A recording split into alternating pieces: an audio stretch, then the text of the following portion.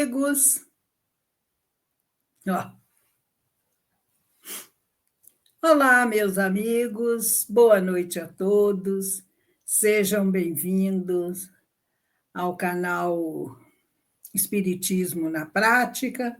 Este é o programa Palavras de Vida Eterna, que vai ao ar às terças-feiras, às 19 horas, e nós fazemos umas singelas reflexões em torno do Evangelho de Jesus e da doutrina espírita.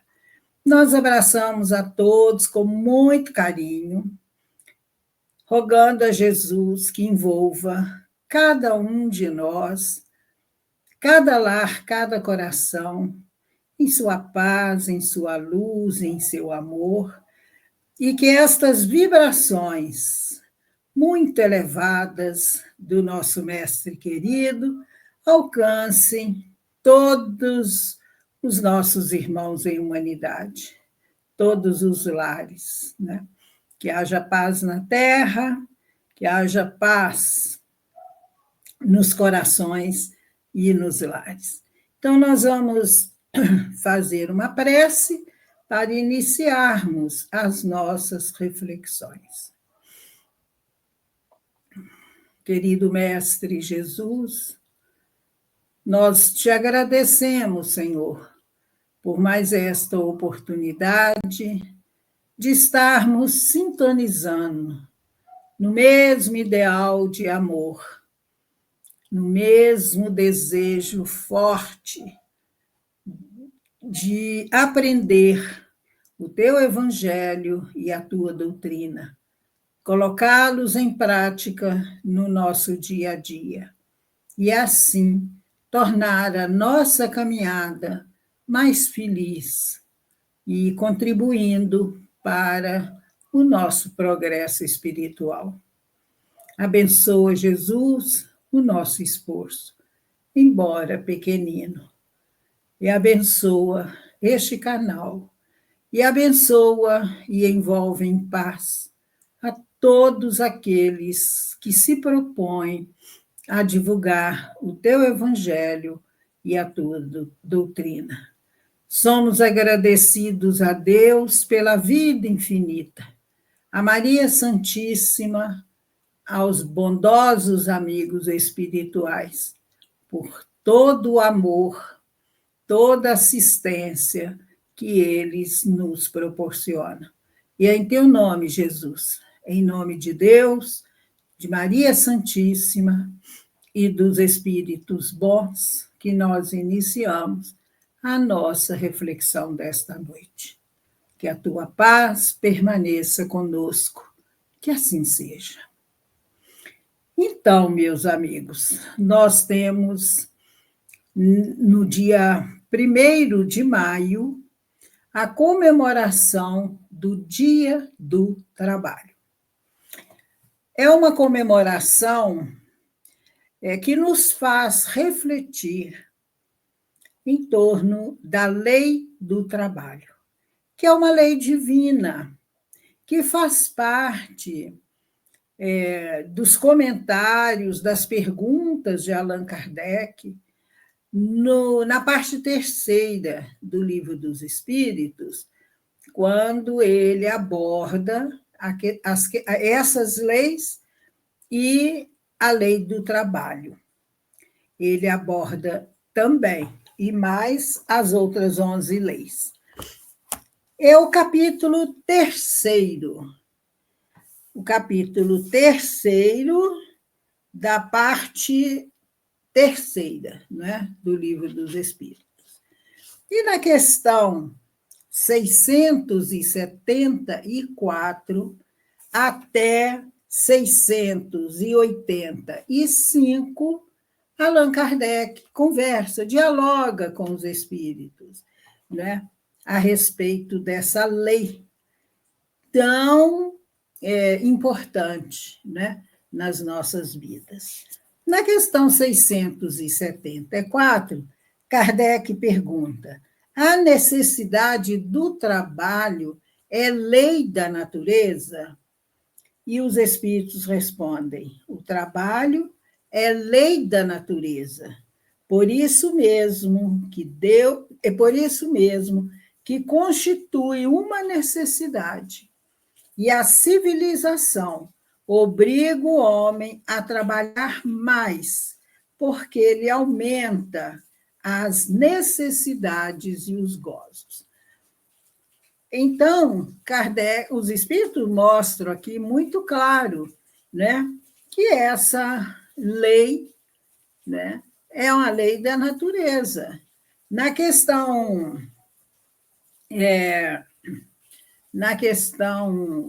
quando 614, que Kardec pergunta o que é lei divina ou natural? E os espíritos respondem: é a lei de Deus. Então, a lei do trabalho é lei da natureza, é uma lei natural, é uma lei que é, ela constitui uma necessidade, né? E quanto mais a civilização progride, mais ela obriga o homem a trabalhar mais, porque o homem tem mais necessidades, não é? Na 675, ele pergunta: por trabalho só se devem entender as ocupações materiais? E os espíritos respondem: não. O espírito trabalha, assim como o corpo. Toda ocupação útil é trabalho. E aqui no Livro dos Espíritos, também, em outras questões, Kardec vai.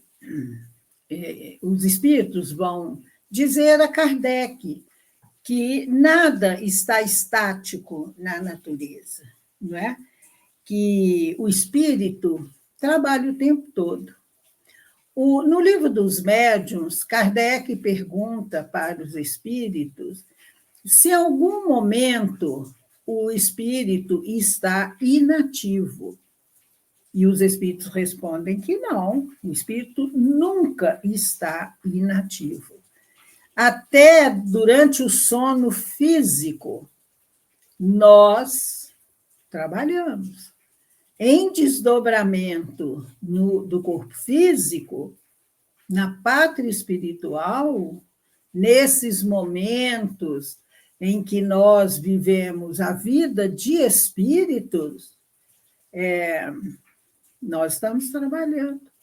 Aqueles que trabalham em reunião mediúnica, quando termina a reunião mediúnica no centro espírita, o médium precisa manter aquela sintonia, o cuidado de como se ele ainda estivesse na reunião mediúnica, para que durante a noite, se os espíritos necessitarem dos componentes da reunião para continuar o trabalho, o médium tenha condições de auxiliar. E na parte aqui do Livro dos Espíritos, no capítulo que Kardec trata das missões e ocupações dos espíritos, nós aprendemos como que os espíritos trabalham. Trabalham muito, sem cessar. No livro Nosso Lar, a Narcisa era governadora do Nosso Lar, da colônia, e ela já estava há 200 anos no trabalho. Ela trabalhou tanto que ela conseguiu reunir mais de 1 milhão de bônus horas, enquanto ela estava trabalhando sem cessar no mundo espiritual. Então, os espíritos sempre estão trabalhando e eles não cansam, não é? o cansaço que às vezes a gente lê na obra, né? Que o espírito estava cansado, é um outro tipo de cansaço, porque lá no mundo espiritual não tem trabalho braçal. O trabalho é todo mental, né? Então, é uma espécie de fadiga diferente da nossa, porque o nosso trabalho é mais pesado. Mas os espíritos superiores não apresentam essa fadiga, essa necessidade de repouso. Eles trabalham incessantemente.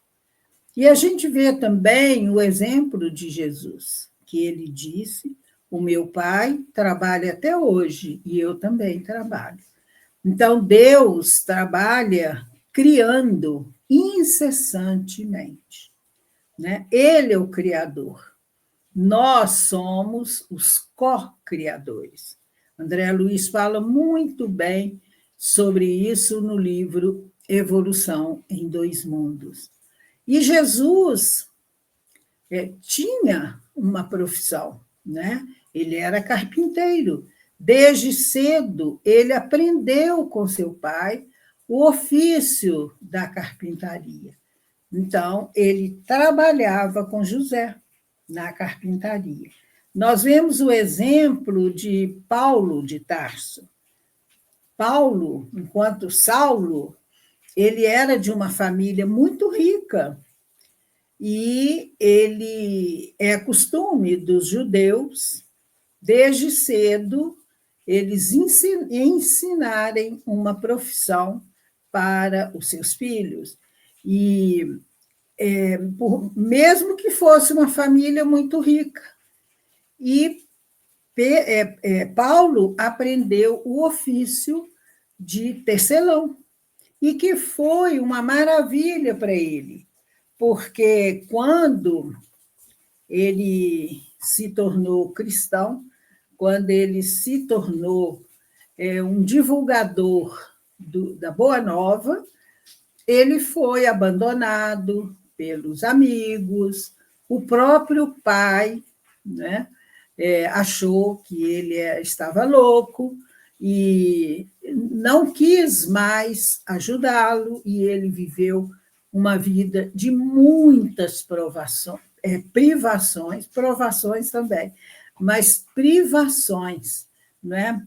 E ele começou a ganhar o próprio sustento, tecendo redes, tecendo tendas, né?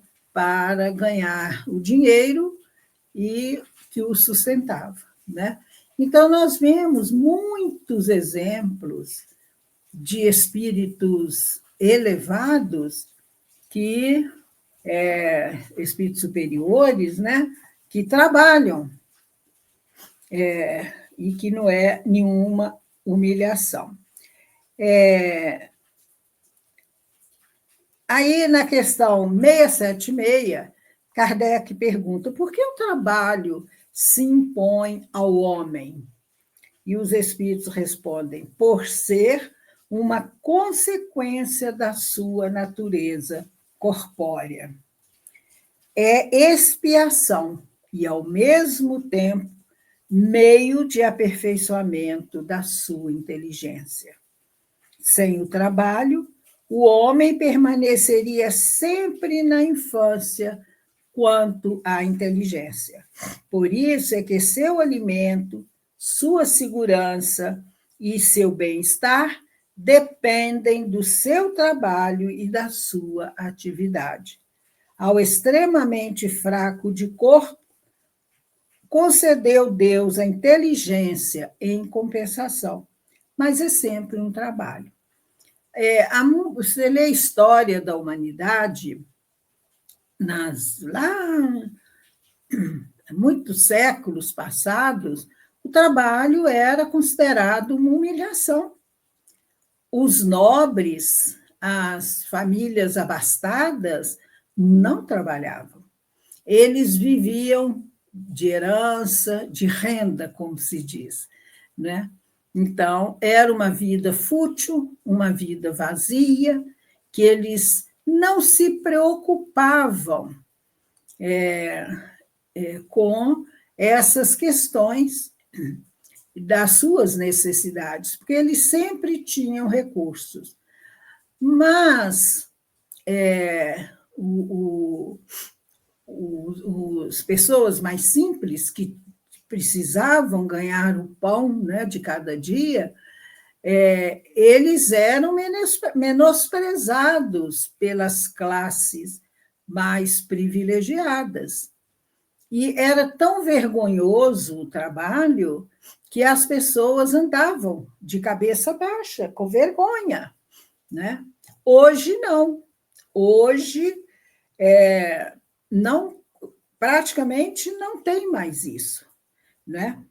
As pessoas valorizam o trabalho, trabalham de uma forma natural, encarando, né, o trabalho como uma profissão nobre, uma necessidade, né? E não tem assim profissão humilhante, desde o mais simples trabalho até os mais considerados mais elevados, todos são nobres, né? O trabalho do gari, o trabalho da faxineira são tão meritórios, são tão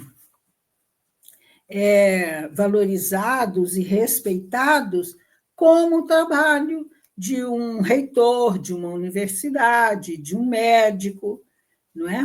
Então, hoje, a visão do trabalho é completamente diferente. E esses nobres que não trabalhavam, que viviam ali naquela vida fútil, né? Só aproveitando as coisas da vida, eles tinham muita depressão, morriam cedo, né? Então, por quê? Porque eles não cultivavam a vida, os valores espirituais, os valores morais, eram muito materialistas, só pensando nas coisas do mundo, correndo atrás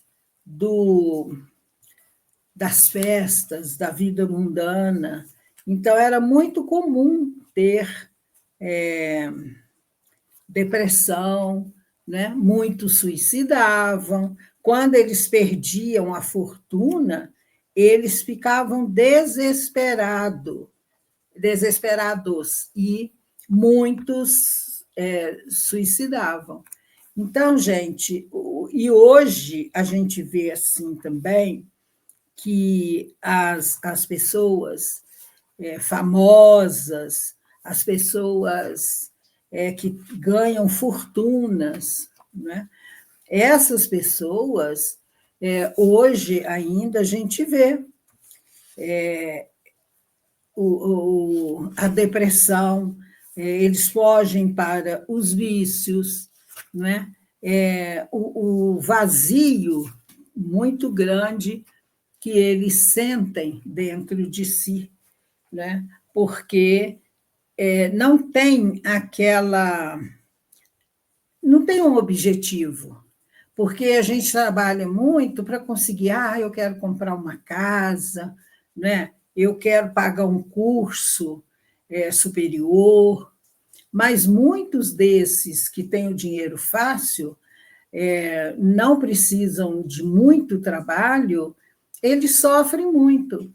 E quando Kardec trata da questão do desgosto da vida, falando sobre o suicídio, nas questões 943, e seguintes do Livro dos Espíritos, ele vai perguntar de onde nasce o desgosto da vida, que sem motivos plausíveis se apodera de certos indivíduos. E os espíritos respondem: efeito da ociosidade, da falta de fé e também da saciedade. Então, isso aqui, naquela época de Kardec, isso era uma resposta perfeita para os suicídios que aconteciam, daquela nobreza que não tinha um objetivo mais elevado na vida, o serviço ao próximo, essa questão de ser útil, né, conforme os espíritos dizem, toda ocupação útil é trabalho, né? Então, nós temos essa visão que a doutrina espírita nos proporciona, mostrando assim que nós podemos ser úteis em todos os momentos da nossa vida, porque uma pessoa que às vezes não consegue um emprego por qualquer motivo, uma pessoa que tem uma limitação física e que não pode trabalhar, às vezes ela está presa num leito de dor, né? De resgate, de provação, mas ela, com a cabeça boa, ela pode ajudar, fazendo um trabalho assim, vou mandar mensagem para as pessoas, eu vou criar hoje tem, né, facilidade, vou criar um site para ajudar as pessoas e difundir a esperança, mensagens elevadas. Eu me lembro, há muitos anos, tinha um companheiro espírita lá do Rio, ele chamava Mileco, Luiz Mileco, e ele era cego. Gente, mas ele trabalhava tanto. Ele criou um serviço de telefone que chamava Telecristo. Então, você ligava para lá, às vezes você conversava com ele, ele lia uma página, uma mensagem elevada, consolava as pessoas, fazia um trabalho belíssimo, o Mileco, sabe? Então, muita gente se beneficiou desse Telecristo. Então, assim, de todas as formas, você pode ajudar alguém, né? Sempre você arruma uma forma. Então, as questões que Kardec formula são excelentes. Na 679, ele pergunta se aquele homem que possua bens suficientes para lhe assegurarem a existência, ele estaria isento da lei de trabalho? A resposta dos espíritos: do trabalho material, talvez, não, porém, da obrigação de tornar-se útil conforme aos meios de que disponha, nem de aperfeiçoar a sua inteligência ou a dos outros, o que também é trabalho. Então, Deus proporciona bens suficientes, recursos suficientes para garantir a existência. E ele não está constrangido a alimentar-se com o suor do seu rosto, mas tanto maior lhe é a obrigação de ser útil aos seus semelhantes, quanto mais ocasiões de praticar o bem lhe proporciona o adiantamento que lhe foi feito. Então, por algum motivo, aquela pessoa vem numa existência com muitos recursos financeiros, é uma pessoa rica, né? Então, ela não precisa de ganhar o pão trabalhando exaustivamente. Ela tem mais tempo livre, às vezes, né? Então, ela tem condições de ajudar ao outro. Aí, na questão 681, Kardec pergunta: a lei da natureza impõe aos filhos a obrigação de trabalharem para seus pais? A resposta: certamente. Do mesmo modo que os pais têm que trabalhar para os seus filhos.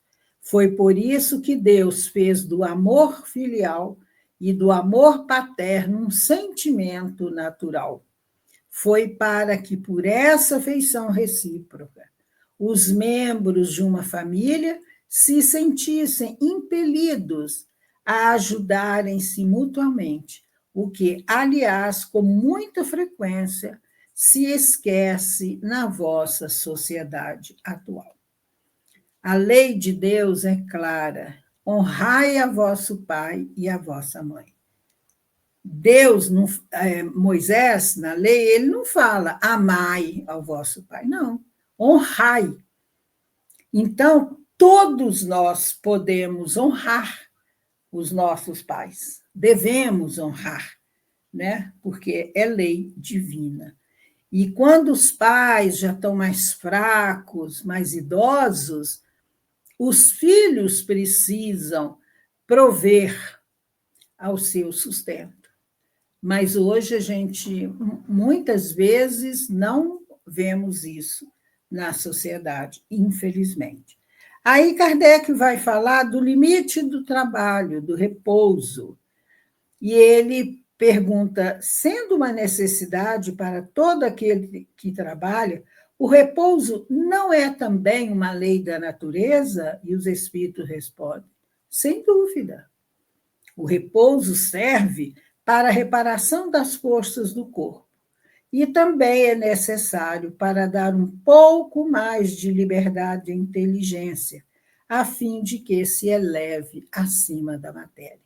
Então, quando há uma situação difícil, uma situação de guerra, ou um país está passando por uma necessidade, né, muito grande, há muitas crises, há fome, há tanta pobreza, que o homem usa a sua inteligência para prover, né, as necessidades. Então, igual ele fala que o trabalho para dar um pouco mais de liberdade à inteligência. Então, nos primeiros tempos, quando Deus criou o mundo, o homem usava a sua inteligência para produzir alimentos, buscar alimentos, para se proteger das tempestades, das intempéries da vida. Então, essas necessidades impulsionam o homem a usar a sua inteligência em benefício do progresso. Na 683, Kardec pergunta: qual o limite do trabalho? O das forças. Em suma, a esse respeito, Deus deixa inteiramente livre o homem. Cada um trabalha no limite das próprias forças. Nós vemos hoje ainda, nas regiões mais pobres aqui do Brasil, mulheres idosas capinando roça, plantando, trabalho pesado, trabalho braçal.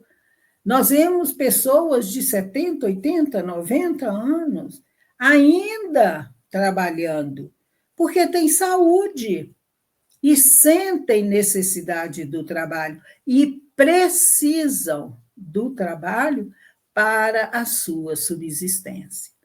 E aqueles que possam ajudar,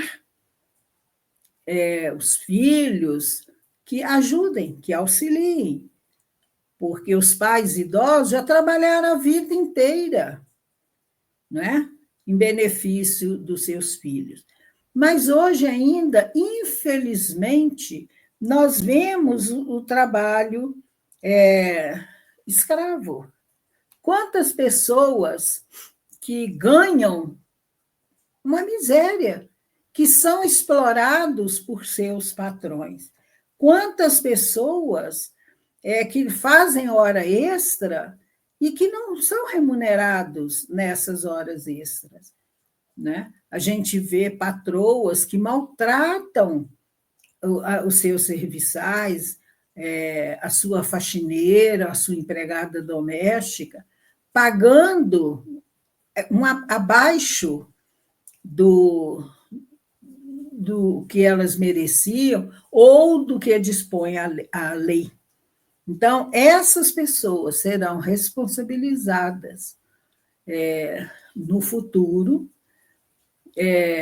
perante a sua consciência, quando chegarem na parte espiritual,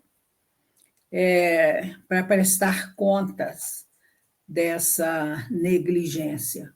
E na questão 685, Kardec pergunta: tem o homem o direito de repousar na velhice? Sim, que a nada é obrigado, senão de acordo com as suas forças. Aí, na letra A, ele pergunta: mas que há de fazer o velho que precisa trabalhar para viver e não pode? O forte deve trabalhar para o fraco, dizem os espíritos. Não tendo este família, a sociedade deve fazer às vezes desta. É a lei de caridade.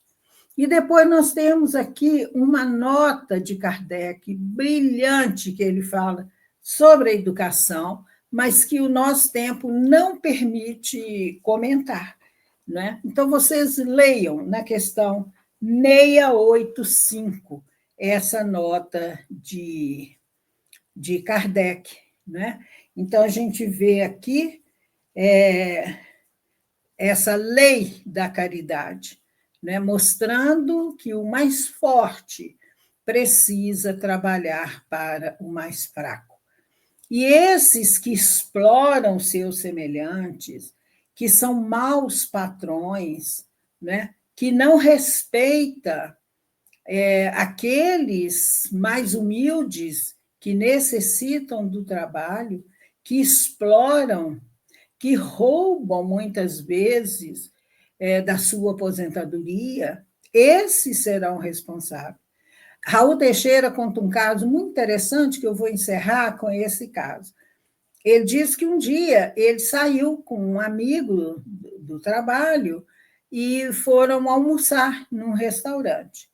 E quando eles estavam chegando no restaurante, ele viu um homem miserável, muito pobre, maltrapilho, que estava pegando comida do lixo para se alimentar. E o Raul ficou chocado com aquilo.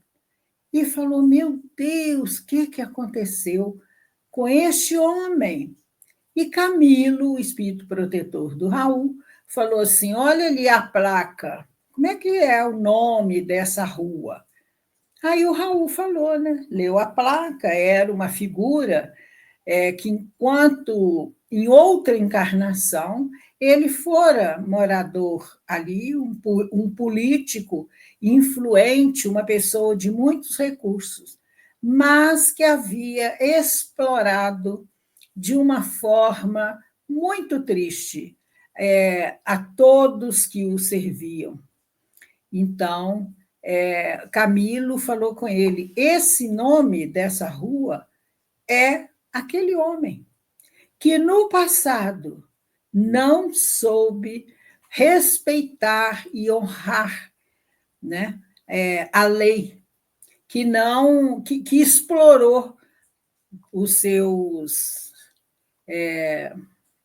empregados, e hoje ele está aí nessa situação, resgatando, expiando de uma forma muito dolorosa os seus crimes do passado. Então, gente, Jesus disse: a cada um segundo as suas obras. E vamos procurar fazer todo o bem para o nosso semelhante, pagar um salário justo, respeitar as pessoas, que às vezes têm uma família numerosa e que ganham pouco, ajudando, né? Não dando esmola, mas dando emprego digno para que ele possa se sustentar e sustentar a sua família. Então, gente, fica aqui a nossa reflexão em torno desse assunto tão importante que é o trabalho. E no livro, no Evangelho segundo o Espiritismo, no capítulo 17, o cardeal Morlot dá uma mensagem sobre o superior e o inferior, mostrando a responsabilidade, o compromisso daqueles que são empresários, que são patrões, para com os seus empregados. Então, tudo que nós pudermos fazer de bem para o próximo, vamos fazer. Então, eram essas nossas singelas reflexões, e que no Dia do Trabalho, no dia 1º de maio, que é comemorado aqui no Brasil, nós possamos orar por todos aqueles que têm em suas mãos um cargo de mando, um cargo de direção, né? Para que eles sejam exercitem essa lei da caridade, né? E aqueles que são os empregados, que cumpram seus deveres e que todos façam o trabalho com muito amor. Então, nós vamos mentalizar Jesus e vamos agradecer a Ele todas as bênçãos que nós recebemos do amor de Deus, do amor de Jesus para conosco. E que todos nós possamos refletir na grandeza que é a grandeza do trabalho. O trabalho honesto, o trabalho feito com amor para que produza frutos de bondade, de luz, de paz para todos nós. Que Jesus abençoe a todos que valorizam o trabalho, que respeitam o trabalhador e que todos nós possamos continuar a nossa caminhada sempre pensando e fazendo o melhor em benefício do nosso próximo. Muita paz para todos, muito obrigado mais uma vez pela presença, pela companhia de vocês e até o nosso próximo encontro. Que assim seja. Uma boa noite, muita paz e que Jesus nos abençoe.